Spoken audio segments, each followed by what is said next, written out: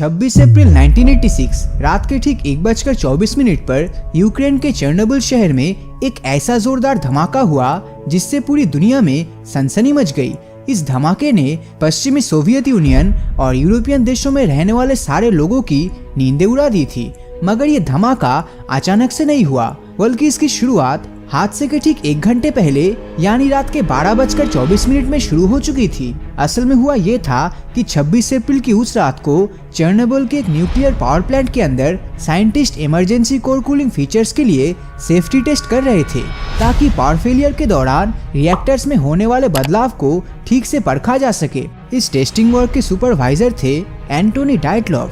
उन्होंने इस समय कुछ इम्पोर्टेंट प्रोटोकॉल्स को फॉलो करने से इनकार करते हुए सारे सेफ्टी सिस्टम को ही बंद कर दिया, और इसी गलती के चलते अचानक से न्यूक्लियर रिएक्टर का पावर बढ़ गया और हेवी पावर सर्ज होने लगा। न्यूक्लियर पावर प्लांट के अंदर ग्राफाइट से बना एक रॉड होता है जो न्यूक्लियर रिएक्शन में हो रहे फिशन के दौरान न्यूट्रॉन्स को सोख कर हाई एनर्जी एटम को नियंत्रित करने का काम करती है। पर उस दिन टेस्टिंग के दौरान ये रॉड इतना ज्यादा गर्म हो चुका था कि जब साइंटिस्ट ने इसे पानी में डुबो के ठंडा करने गए, तब इस रॉड की गर्मी ने टैंक के सारे पानी को सिर्फ 1 सेकंड के अंदर भाप में बदल दिया। यही हीट और भाप मिलकर एक्सट्रीम एक्सप्लोजन को अंजाम दिया। ये एक्सप्लोजन इतना जबरदस्त था कि रिएक्टर्स की ऊपरी छत पूरी तरह तबाह हो गए और रिएक्टर्स के अंदर आग फैल गई। आग फैलने के थोड़ी देर बाद रिएक्टर्स का मेन हिस्सा यानी कि इसका कोर धमाके के साथ विस्फोट होकर करीब 8 टन जानलेवा रेडियो एक्टिव पार्टिकल्स को हवा में रिलीज कर दिया। ये ब्लास्ट इतना पावरफुल था कि रेडियो एक्टिव पार्टिकल्स बस कुछ ही सेकंड्स के अंदर एटमॉस्फेयर में घुल गया।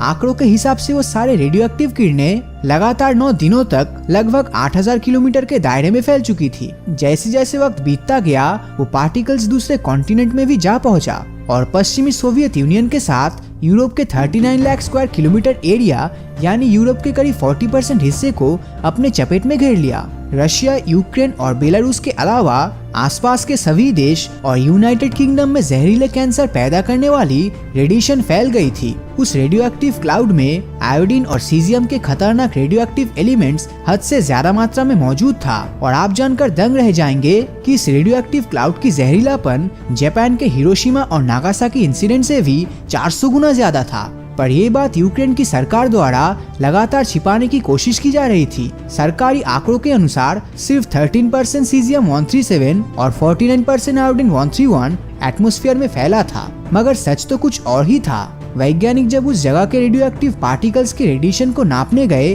तब रेडिएशन स्केल का हाईएस्ट लिमिट शो कर रहा था और बाद में वो इंस्ट्रूमेंट ही खराब हो गया था, क्योंकि हाईएस्ट मार्किंग के आगे वो नीडल जा ही नहीं पा रहा था। साइंटिस्ट के रिसर्च के बाद ये पता चला कि सीजियम, आयोडीन और स्ट्रोनियम के आइसोटोप्स वातावरण में घुल चुकी थी।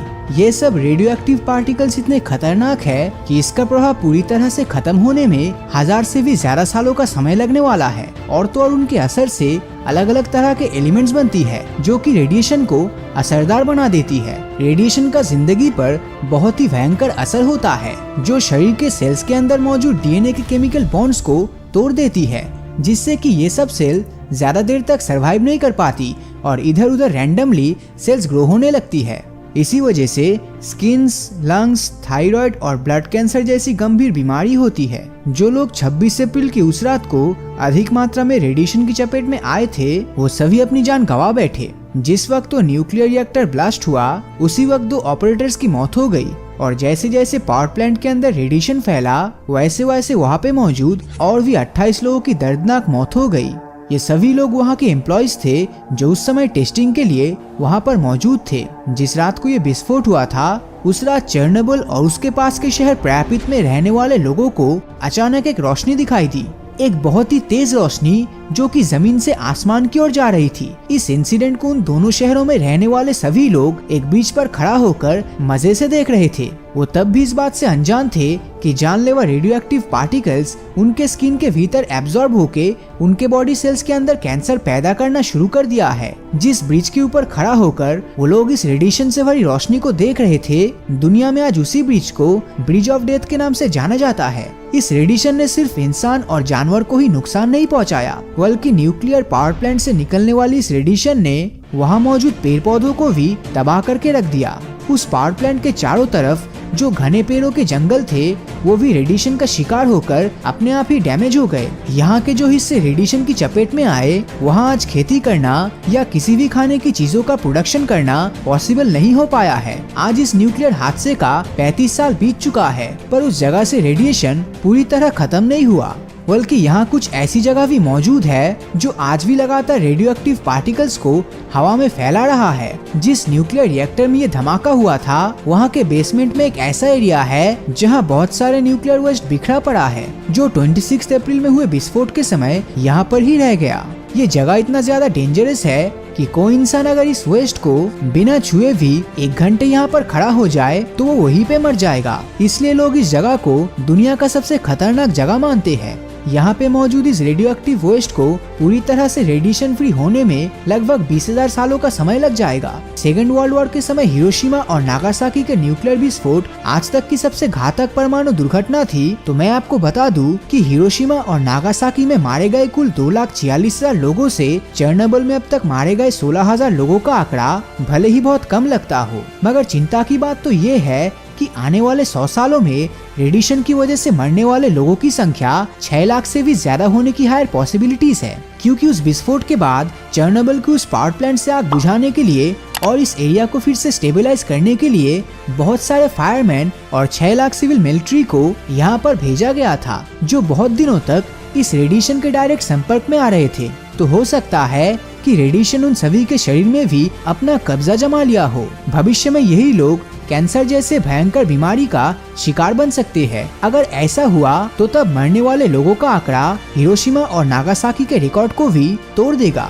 हम इंसान अपने आप को मॉडर्न टेक्नोलॉजी में लगातार शामिल करते जा रहे हैं। इंसान आज एक भी दिन बिजली के बिना नहीं रह सकता, जिस वजह से पूरी दुनिया में लगातार पावर प्लांट की संख्या बढ़ती ही जा रही है। आज धरती में कुल 440 पावर प्लांट मौजूद है। हमारे देश भारत में ही इसका आंकड़ा 22 तक पहुंच चुका है और यूएसए में 96 न्यूक्लियर पावर प्लांट मौजूद है। हम अपने आप को एक कंफर्टेबल लाइफ देने के चक्कर में अपने आप को एक ऐसे अनजान खतरे की ओर धकेल रहे हैं जिससे पूरी दुनिया खतरे में पड़ सकती है।